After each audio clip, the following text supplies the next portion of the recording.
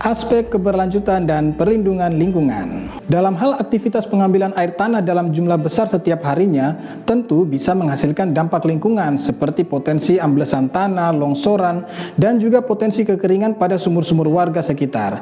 Namun tentunya klaim ini hanya bisa dijawab dengan adanya suatu kajian atau studi ilmiah ataupun audit lingkungan pada pelaku usaha yang melakukan kegiatan pengambilan air tanah. Untuk itu, dalam aspek keberlanjutan dan perlindungan lingkungan, pemerintah daerah memiliki peran yang sangat-sangat strategis, terutama dalam ranahnya sebagai penentu kebijakan pembangunan di daerah, yang mana kebijakan tersebut juga dapat berperan dalam mencegah kerusakan lingkungan di masa depan. Setiap provinsi dan kabupaten tentunya sudah memiliki RT/RW atau rencana tata ruang wilayah untuk skop yang luas, misalnya skala provinsi atau skala kabupaten kota.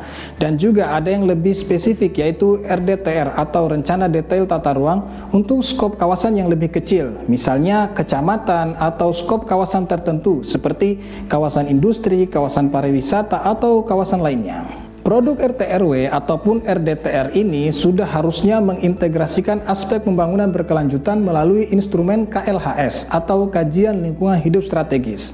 Dalam KLHS itu tentunya sudah memuat berbagai macam penilaian mengenai kapasitas daya dukung dan daya tampung lingkungan, konservasi sumber daya alam, keanekaragaman hayati, aspek resiko bencana, hingga aspek sosial masyarakat. Sehingga dengan adanya KLHS yang telah terintegrasi dengan RT/RW atau RDTR, kita bisa mengetahui kemampuan daya dukung suatu wilayah terhadap usaha atau kegiatan yang ada di atasnya tanpa memberikan kerusakan sistemik pada ekosistem ataupun bisa memicu resiko bencana di masa depan. Sebagai contoh, suatu kabupaten yang wilayahnya sudah mempunyai RDTR yang telah terintegrasi dengan kajian KLHS, maka sudah ada informasi mengenai wilayah CAT atau cekungan air tanah yang dimiliki di wilayah tersebut, dan tentu sudah bisa diketahui batas aman atau volume maksimum pengambilan air tanah oleh usaha atau kegiatan secara total di wilayah tersebut dalam kurun waktu tertentu.